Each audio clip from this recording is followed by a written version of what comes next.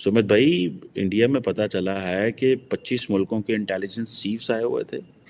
और साथ में G20 की मीटिंग भी थी, कुछ 40 एक फॉरेन मिनिस्टर्स आए हुए थे।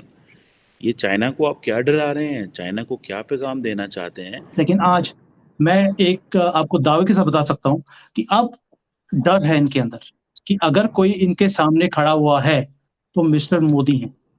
अभी आप देखिए डोकलाम हो, हम्म, आज अगर कोई खड़ा हुआ है इनके सामने, अब जितने भी इनके इनके आसपास 18 कंट्रीज लगते हैं, सबके साथ इनका लफड़ा है।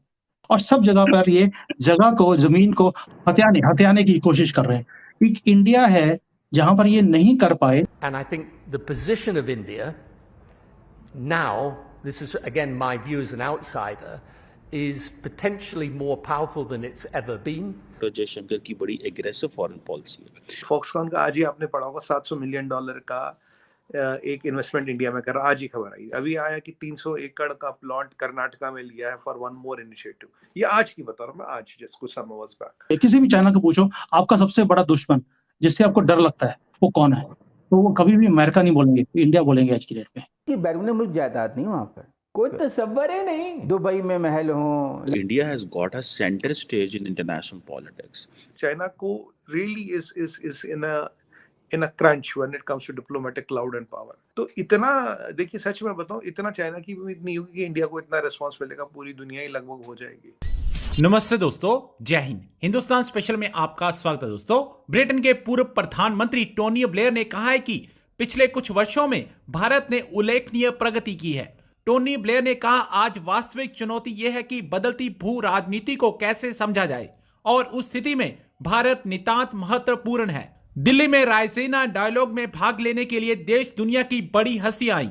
इस कड़ी में ब्रिटेन के पूर्व प्रधानमंत्री टोनी ब्लेयर भी शामिल हुए। टोनी ब्लेयर ने साफ तौर पर कहा है कि भारत की स्थिति पहले से कई गुना अधिक बेहतर हुई है।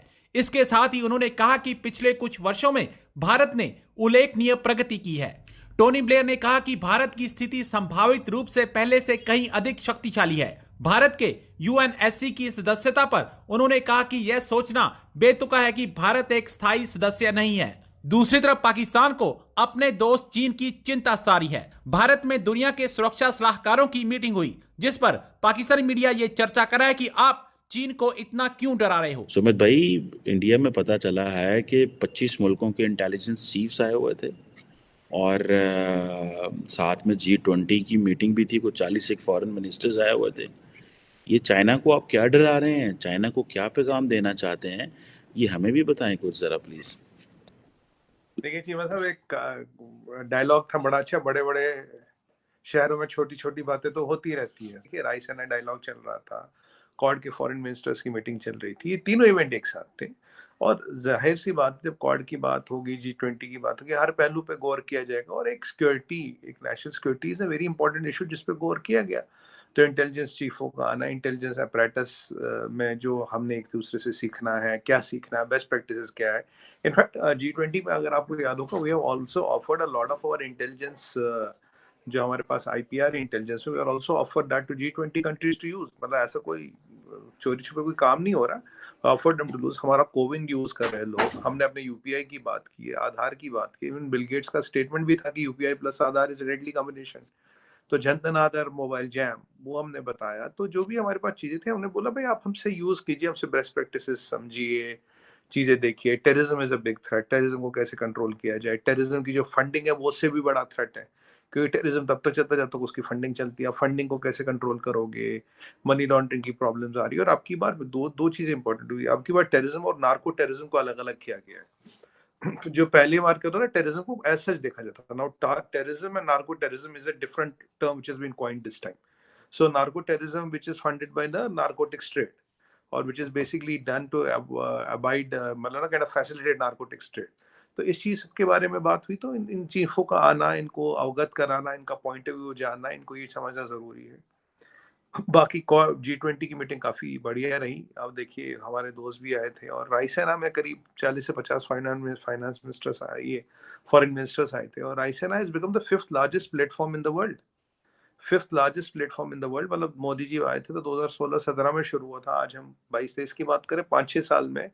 और what I like was the Russian foreign minister का स्पीच वाज ऑसम। और एंथनी बिल्कन साहब आए, सब आए, और यहाँ आपने देखा कि रशियन फॉरेन मिनिस्टर, यूएस के फॉरेन मिनिस्टर चीमा साहब पहली बार 20 मिनट बात किए जब से कॉन्फ्लिक्ट शुरू हुआ। This has happened for the first time that they have spoken for 20 minutes. मैं ये नहीं कहता कि आपने कमरे में बंद करके बात करवाई, बट कहीं ना कहीं we have played a role in facilitating some kind of dialogue. तो मतलब अगर मैं देखूं 100 कंट्रियों से ज्यादा की पार्टिसिपेशन थी राइसिना डायलॉग्स में, और 25 कंट्रियों के इंटेलिजेंस चीफ, 50 कंट्रियों के फॉरेन मिनिस्टर्स, फिर क्वाड की मीटिंग, फिर और डेलीगेशन, फिर और लोग, तो लगभग चीमा साहब आधी दुनिया अभी दिल्ली में थी।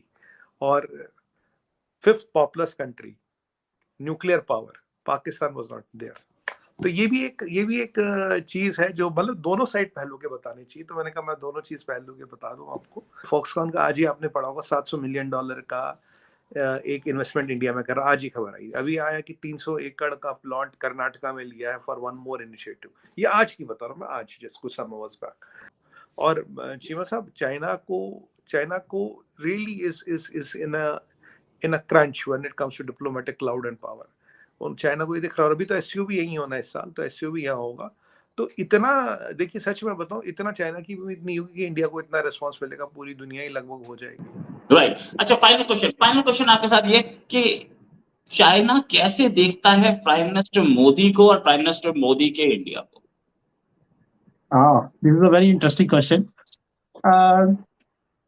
The laughter which I used to see, जब मैं देखता था इनको इंडिया के ऊपर हंसते हुए, ये आत्मनिर्भर की बात कर रहे हैं और ये अपनी इकोनॉमी को आगे लेके जाने की बात कर रहे हैं और ये हमारे से फाइट करने की बात कर रहे हैं, ये हंसते थे हमारे ऊपर। लेकिन आज मैं एक आपको दावे के साथ बता सकता हूं कि अब डर है इनके अंदर कि अगर कोई इनके सामने खड़ा हुआ है तो मिस्टर मोदी हैं। अभी आप देखिए, डोकलाम हो या आपका जम्मू कश्मीर में जितना जो कुछ भी हुआ है, आज अगर कोई खड़ा हुआ है इनके सामने, अब जितने भी इनके आसपास 18 कंट्रीज लगते हैं, सबके साथ इनका लफड़ा है। तो बॉर्डर्स का झगड़ा है, कहीं सी का झगड़ा है, और सब जगह पर ये जगह को, जमीन को हड़पने की कोशिश कर रहे हैं। हड़पना is the right word, right? हथियाने की कोशिश कर रहे हैं।